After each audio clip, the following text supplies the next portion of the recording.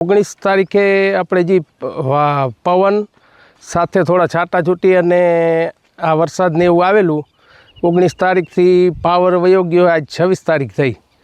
26 તારીખ લગીનમાં હજી આજ 7 કે 8 દિવસમાં પાવર આવ્યો નથી અને કોઈ જી બોર્ડમાં કે આ તે જવાબ જ નથી દેતા અને માલઢોરના ચરા ના તે વાવેલું છે તો હવે એ પાકે પૂરા ફેલ થઈ ગયા છે.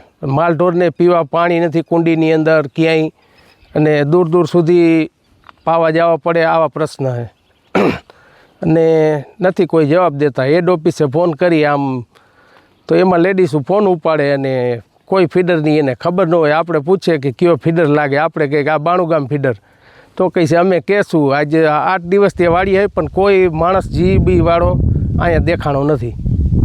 આવા પ્રશ્ન જ આજે સાહેબ.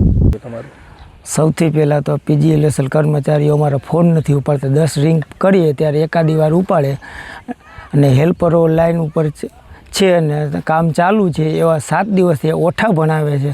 7 દિવસની અંદર અમને આર્થિક નુકસાન ઘણું ગયું છે. અમારા ઊભા મોલ ભરવાની તૈયારીમાં છે. તેમજ પાણી પીવા માટે અમારી પાસે કોઈ ઓપ્શન નથી. આજે પાણીના તર ઊંડા વયા ગયા છે. 200 ફૂટથી 400 ફૂટની અંદર પાણી આવતું હોય, મોટર સિવાય કોઈ ઓપ્શન ન હોય. વીજળી દ્વારા જ મોટર ચાલુ થતી હોય અને વીજળી છેલ્લા 7 દિવસથી નથી વાવાઝોડાના કારણે. અને પોલ ખરેખર 2 જ પોલ પડેલા છે અને 20 પોલ ગણાવે છે. PGLSL ટાઈમ ટુ ટાઈમ આવતા નથી રિપેર કરવા. કેટલા ગામોમાં આ સમસ્યા છે? આ બાણુગર ફીડરમાં અમારું કનેક્શન જોડાયેલું છે. 12 થી 15 ગામડાઓ બાણુગર ફીડરમાં આવે છે અને બધા જ ગામમાં પણ લાઇટ છેલ્લા 7 દિવસથી કન્ટિન્યુ આવેલ નથી.